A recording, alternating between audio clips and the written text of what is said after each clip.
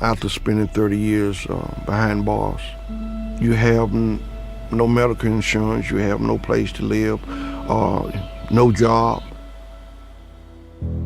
How does one pay the rent if they have no job? How do you buy food if you have no job? Freedom is not the way that I always thought it would be. Freedom is not always defined the same way. How do housing vulnerabilities faced by ex-inmates in Milan impact their reintegration into society, and how can targeted interventions, particularly through transitional housing facilities, address these challenges and enhance successful reintegration? Some useful data can depict the prison system in Italy and the struggles inmates face today. Starting from the total population of Italy, we are dealing with 58,773,445 people, out of which 56,700 are imprisoned in Italy, spread across 192 places as of 2024. The number of inmates in Italy compared to the total population is depicted by a small red dot at the center of a circle for reference. The dot represents a ratio just below 0.1%, highlighting the relationship between the overall population and those who are incarcerated. As already happened in the previous year, Italian prisons continue to have many problems, from overcrowding to the number of suicides. But how come Italian government hosts almost 57,000 inmates in prison? The total population, although representing 0.09% of the Italian resident population, exceeds the regulatory capacity of the institutions, set at 50,835 units. But over 3,000 places are not available. That means just over 48,000 cells are actually usable to accommodate more than 56,000 inmates, leaving 9,000 inmates with no cells. What happens with an overcrowding rate equal to 119% on average? Even though Italy is one of the countries with the lowest number of prisoners, it is among the countries with the highest rate of prison overcrowding in Europe. In 2021, the average degree of overcrowding dropped compared to previous years. This happened because the number of prisoners decreased and not because the capacity of the institutions was expanded. In some of them, the percentage overshoot still reaches plus 100%. When examining the topic of housing for ex-inmates, it is useful to look at specific group of people in order to be more precise and eliminate invalid cases. For example, if we look at the statistics of imprisonment duration, we can see that the highest rate is 5 to 10 years. However, we consider that if a person serves for less than 10 years, it is highly likely that when they exit prison they can still go back to their families, previous homes, or receive help from relatives and friends. However, for incarceration of more than 10 years, excluding for life cases, it is less likely for people to still have contacts outside of prison, and specifically these people will be the ones facing difficulties reintegrating into the society and finding accommodation. This group of people accounts for 7,600 people in Italy, among the total number of incarcerated people, which is 56,700. To better understand this is likely talking about 0.013% of the total population of Italy. Spotting the different systems that work with ex-inmates, we started with the prison facilities in Milan, which are Casa di Reclusione di Milano Opera, Carcere Bollate, and Milano San Vittore. After looking online, we spotted other non-profit organizations that offer help to ex-inmates, and we highlighted the most important ones. Antigone is a very important Italian organization that deals with justice and human rights, working towards the fair establishment of laws and the protection of human rights inside prison facilities. The Prison Observatory is another significant project which is coordinated by Antigone, and it performs studies on the conditions of national prison systems, comparing them to international standards to ensure the protection of inmates' fundamental rights. Programma 2121 is an open collaborative organization which works in the private and public sector. It offers vocational training and paid internships to offenders for an effective and sustainable reintegration into the society once their sentence is finished. It is coordinated by the Milan Innovation District Mind and Milano Santa Giulia, who work closely with the neighboring Bollate prison to transform the penitentiary system. We also aimed to contact the municipality of Milan to get information about the access of ex-inmates in public housing facilities that can offer accommodation aid for the first period after prison. After we researched the four main categories of housing solutions in Italy.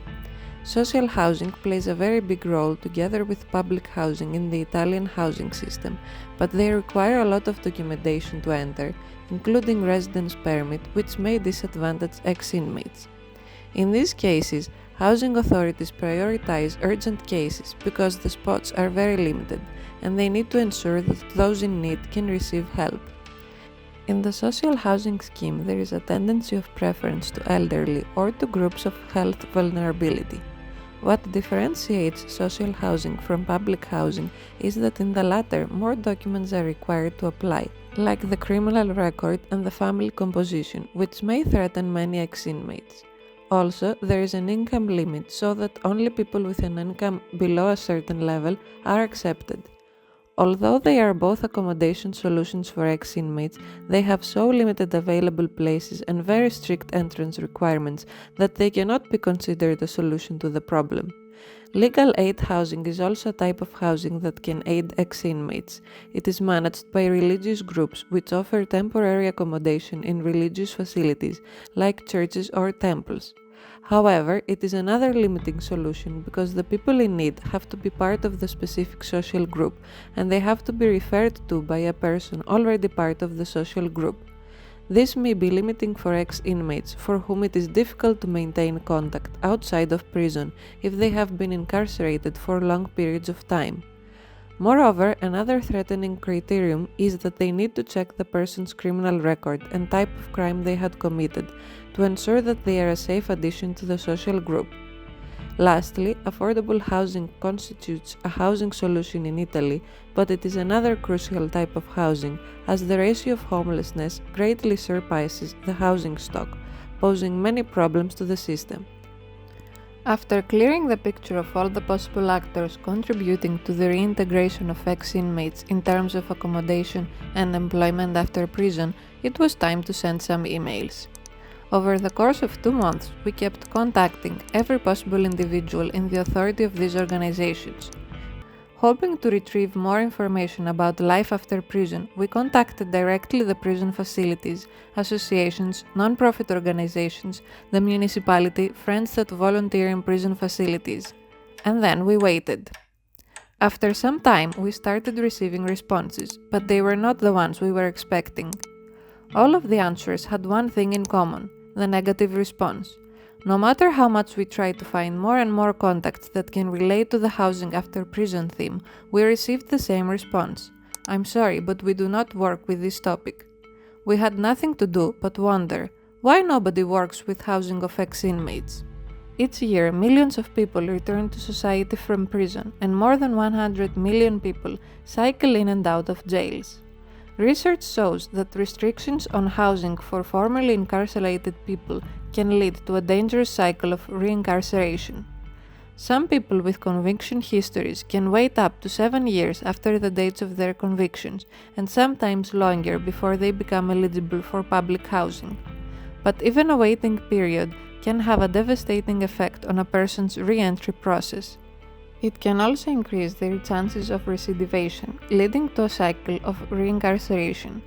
In fact, incarcerated people nationally are rearrested within 3 years of their release. Even more striking, nearly 60% of formerly incarcerated people who live on the street because of barriers to housing are rearrested within the very first year after being released.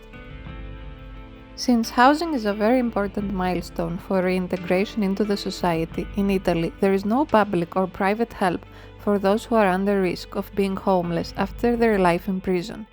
However, around the world there are solutions.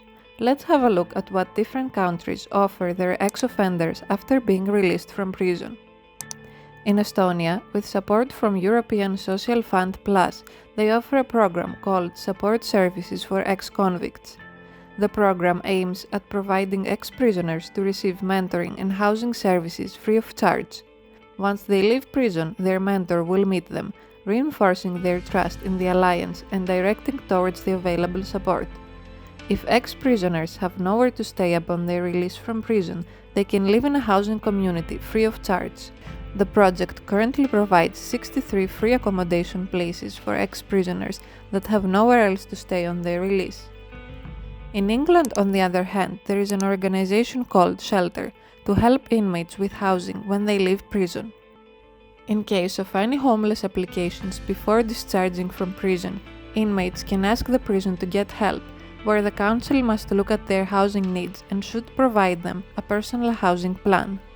Ex-offenders have a priority need if considered vulnerable, because they are at much greater risk of harm than most people if they have nowhere to live. There are many more solutions for those who are at risk of being homeless around the world, such as, in Finland, Prison Fellowship in the USA, a private organization called Julian House in the UK, or in Greenland.